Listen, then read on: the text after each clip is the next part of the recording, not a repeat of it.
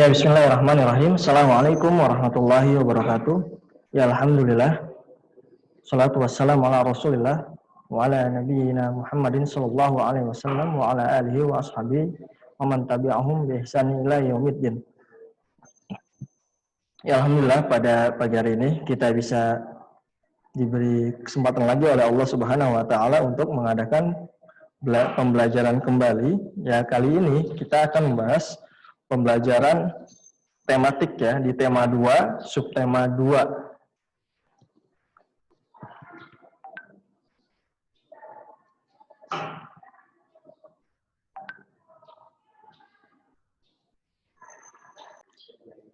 Ya, di tema 2, subtema 2. Itu judulnya adalah manfaat hewan bagi kehidupan manusia. Seperti yang pernah kita bahas sebelumnya, bahwasannya makhluk manusia adalah makhluk yang membutuhkan orang lain ya. Selain membutuhkan orang lain, tapi kita juga membutuhkan makhluk hidup lainnya untuk bertahan hidup.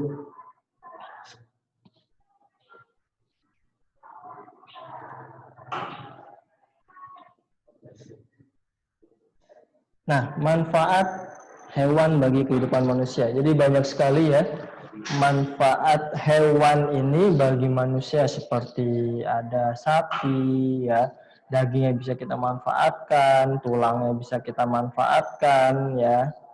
Seperti kucing juga bisa kita manfaatkan. Kalau daging sapi kita manfaatkan dagingnya untuk kita konsumsi. Tapi kalau misalnya kucing itu kita bisa manfaatkan untuk apa? Ya, untuk ya misalnya untuk menghibur kita ya di kehidupan kita. Nah, yang berkaitan dengan manfaat bagi manusia, di sini kita ada dongeng ya. Kita masih membahas tentang dongeng juga, menjelaskan isi dongeng. Kalau misalnya kita lihat di halaman 127 ya, di tema 2, subtema 2, maka itu ada judulnya kisah kucing kecil. Ya, di situ dikisahkan seekor kucing kecil sedang berjalan-jalan di ladang pemiliknya. Ketika ia mendekati kandang kuda, ia mendengar binatang besar itu memanggilnya.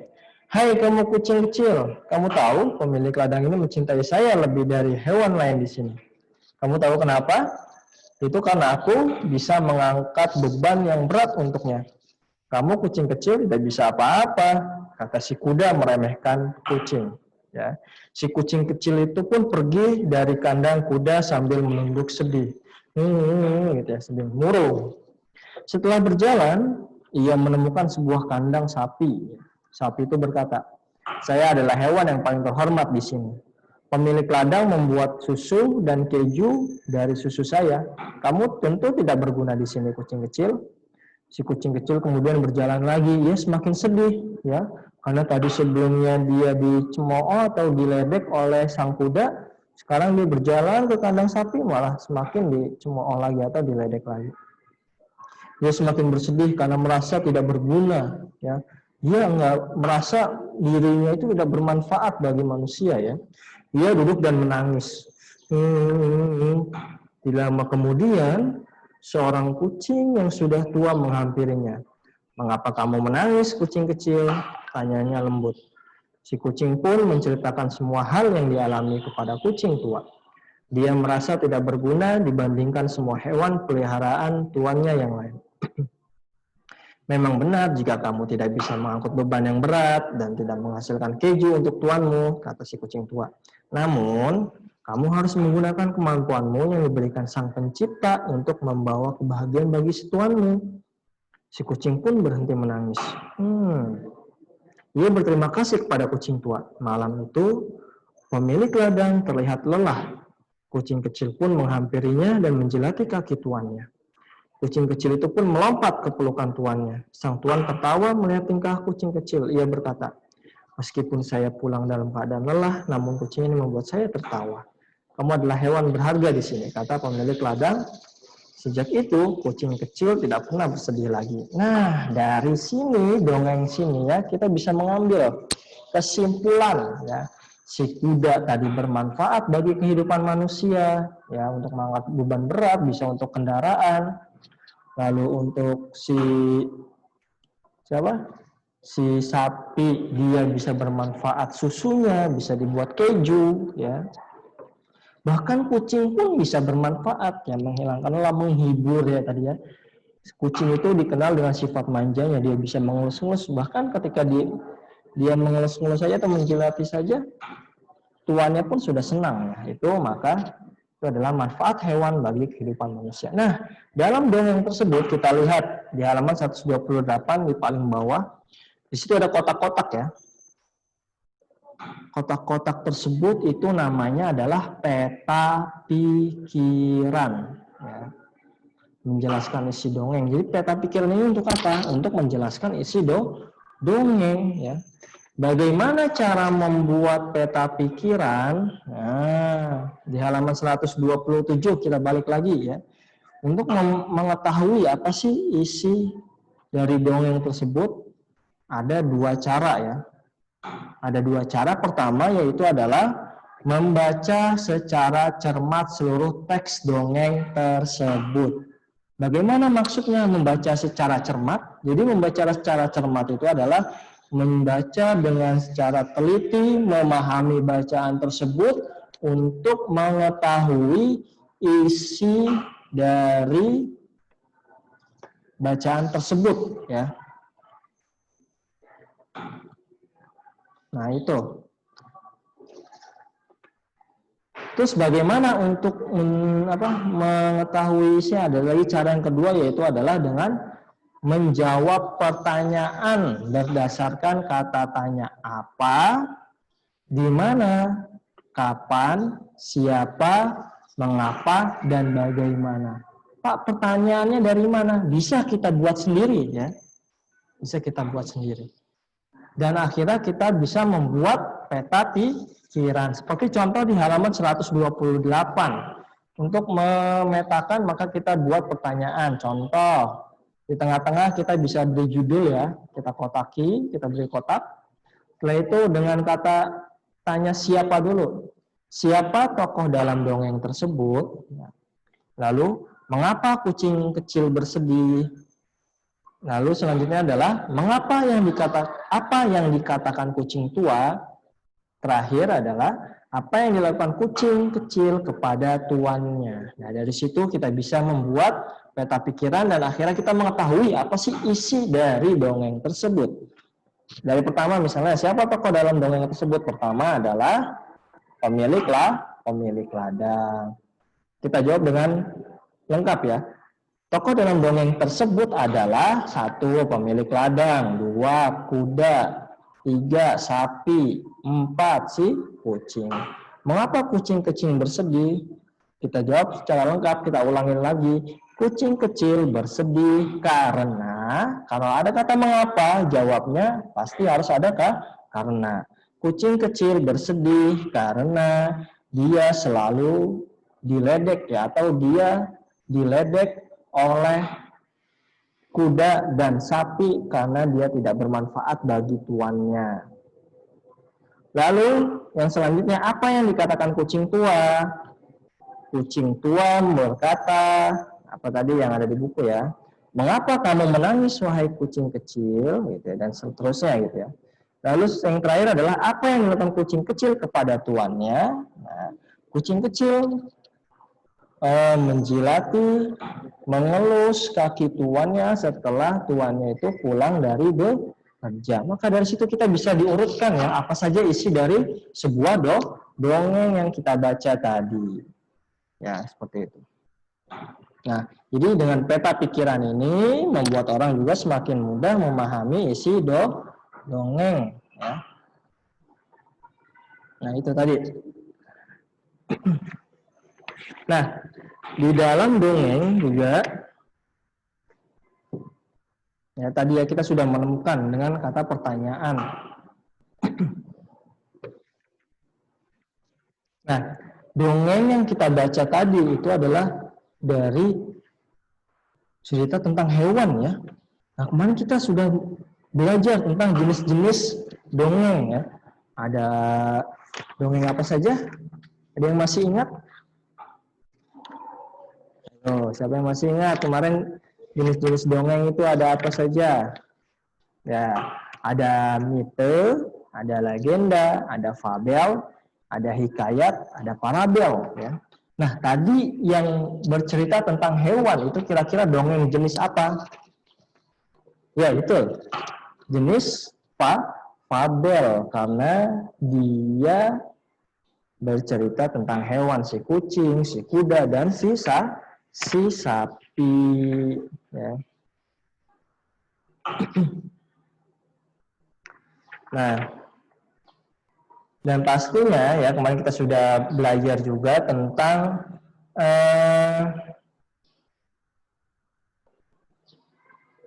inti ya. Itu namanya apa itu? Isi dari dongeng. Contohnya salah satunya itu pasti ada namanya amanat. Nah, ada yang masih ingat apa itu amanat? Ya, amanat adalah pesan penulis atau pesan pengarang yang membuat cerita terhadap pembaca. Jadi ada kisah-kisah baiknya, ada pesan-pesan moralnya ya. Seperti kisah kucing kecil ini, siapa yang tahu apa pesan moralnya? Nah, iya betul, sahih ya. Jadi pesan moralnya adalah kita tidak perlu bersedih atas kekurangan kita, karena kita semua makhluk hidup diciptakan dengan kelebihannya masing-masing ya. Kucing dengan sifat manjanya yang menyenangkan tuannya, kuda yang kuat bisa mengangkat barang yang sangat berat dan kuat untuk berlari sehingga dijadikan kendaraan, sapi yang menghasilkan daging bisa dikonsumsi yang bikin ya, terus bisa menghasilkan susu yang lezat dan susunya bisa dibuat menjadi keju. Jadi seperti itu. Jadi pesannya adalah kita tidak boleh minder dengan atau tidak boleh sedih dengan kekurangan kita, fokus terhadap kelebihan yang Allah Subhanahu wa taala berikan kepada kita. Paham Tom? Paham. Nah, sekarang kita lanjut di pelajaran matematika ya. Pelajaran matematika ini adalah kalau kemarin kita belajar sifat pertukaran pada penjumlahan, ya, sekarang kita akan mempelajari sifat pertukaran atau komutatif pada perkalian. Kalau misalnya kemarin itu ada 3 ya, 3 ditambah 5 itu sama dengan 5 ditambah 3. Kenapa sama dengan seperti itu? Karena hasilnya sama-sama 8 ya, karena hasilnya sama-sama 8. 3 tambah 5 8, 5 tambah 3 hasilnya adalah 8. Seperti itu. Tinggal ditukar saja tempatnya. Kalau yang pertama angka 3-nya di awal, angka 5-nya di belakang, maka sama dengan 5-nya pindah ke depan dan angka 3-nya pindah ke 8. Ketika kita hitung hasilnya sama. Nah, jadi sifat pertukaran ini atau sifat komutatif ini itu berlaku hanya untuk yang ketika dihitung hasilnya sama ya. Nah, sama seperti perkalian. Pak, kalau pengurangan bisa nggak? Tidak bisa ya. Pengurangan itu tidak bisa memakai sifat komutatif. Kayak misalnya 2 dikurang 1 itu hasilnya 1. Tapi tidak bisa kalau misalnya 1 dikurang 2 itu beda hasilnya ya. 1 dikurang 2 itu hasilnya adalah min ya, negatif 1. Maka pengurangan itu tidak bisa. Jadi yang bisa pakai komutatif hanya artinya adalah penjumlahan dan perkalian. Nah, contoh dari perkalian kita buktikan ya. Misalnya 5 dikali 6 itu sama dengan, berarti kita pindahkan ya 6-nya ke depan, 6 dikali 5. Coba kita hitung ya, bukan jumlah. Maaf. Kita hitung 5 kali 6 berapa? Nah, betul. Sahih. 30. Sekarang 6 dikali 5 berapa? Nah, sama kan? Hasilnya adalah 30. Ya. Contoh. Nah, seperti itu. Jadi sama seperti penjumlahan, hanya tandanya saja yang ganti dan cara menghitungnya juga berbeda. Seperti itu ya. Sampai bisa dipahami? Nah, insya Allah ya, pahimlah.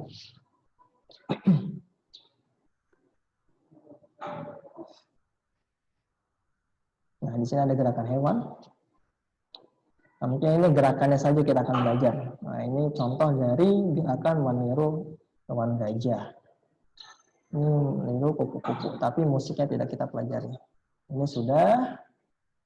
Nah, kita manusia diciptakan oleh Allah Subhanahu wa taala, yang kita sudah bahas, adalah makhluk yang sangat spesial dan paling sempurna ya. Bahkan Allah Subhanahu wa taala menciptakan bermiliar-miliaran manusia di atas muka bumi ini dengan wajah yang berbeda, dengan tinggi yang berbeda, warna kulit yang berbeda, bahkan dengan sifat yang berbeda.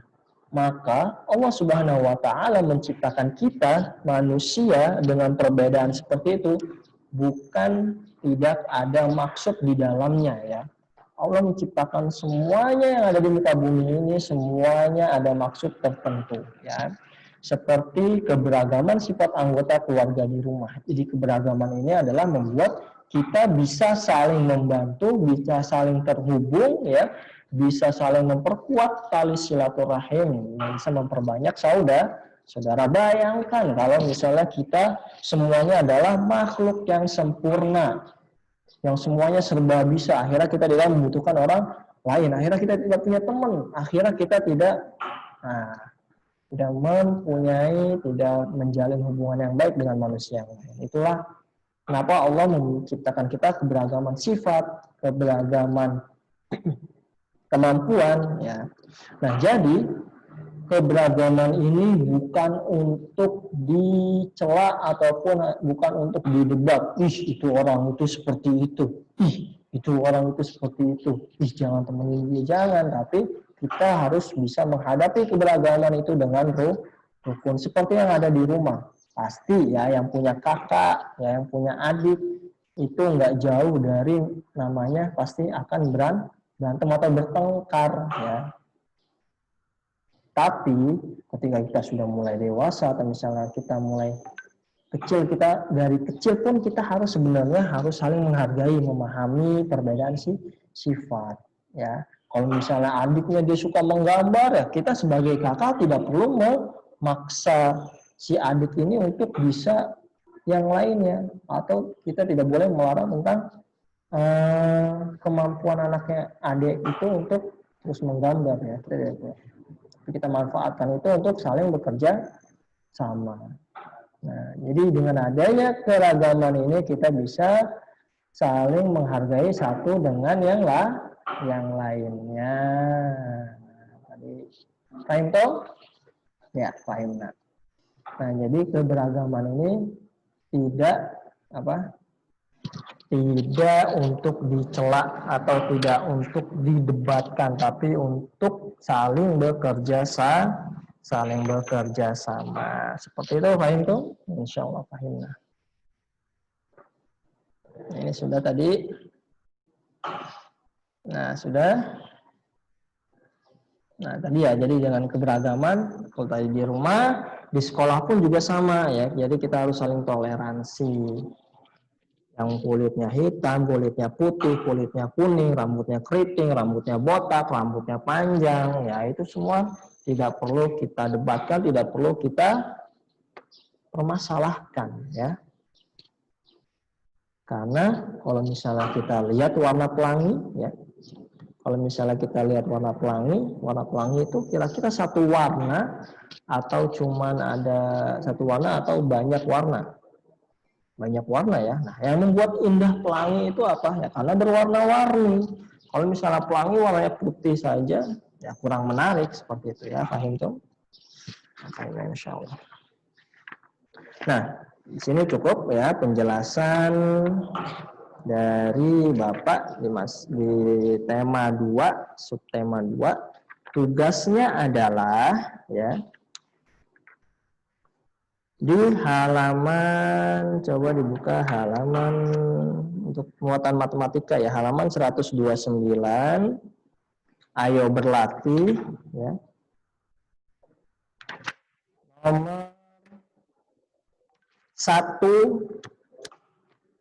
1B, lalu nomor 2E, 1B, 2E. Untuk bahasa Indonesia itu di halaman 128. Membuat peta pikiran ya. Di situ jadi udah ada pertanyaannya, tinggal kalian jawab. Tadi sudah Bapak bantu menjawab, kalian bikin kotak. Siapa tokoh dalam dongeng tersebut? Kalian jawab di situ. Tokoh dalam dongeng tersebut adalah, terus itu ya ada apa yang dikatakan kucing tua, ditulis bawahnya, dikotakin, ya. Boleh ditulis dengan posisi landscape ya, atau tiduran ininya bukunya, mungkin supaya agak luas bukunya, boleh silahkan. Nah itu ya, ditulis, dijawab pertanyaan yang ada di dalam peta pikiran tersebut dalam bentuk peta pikiran juga ya, kotak-kotak seperti itu juga. Lalu selanjutnya tugas PKN ya. PKN di halaman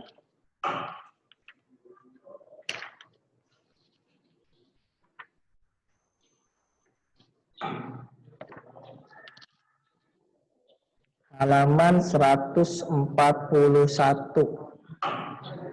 Halaman 141, ayo berlatih ya.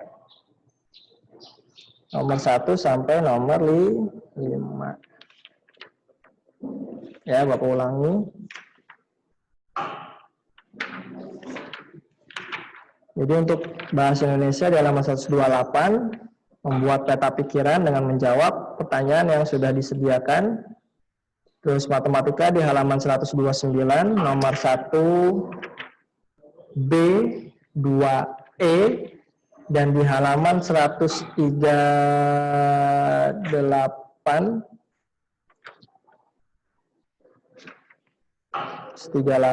di halaman di nomor 2B dan 1C ya. 1C dan 2B. Ya, cukup ya. Nah, itu jadi jangan lupa tugasnya tematik di muatan BI, PKN dan matematika. Ya, terima kasih, semoga bermanfaat. Semoga kita bisa bertemu kembali dalam pembelajaran selanjutnya. Terima kasih. Assalamualaikum warahmatullahi wabarakatuh.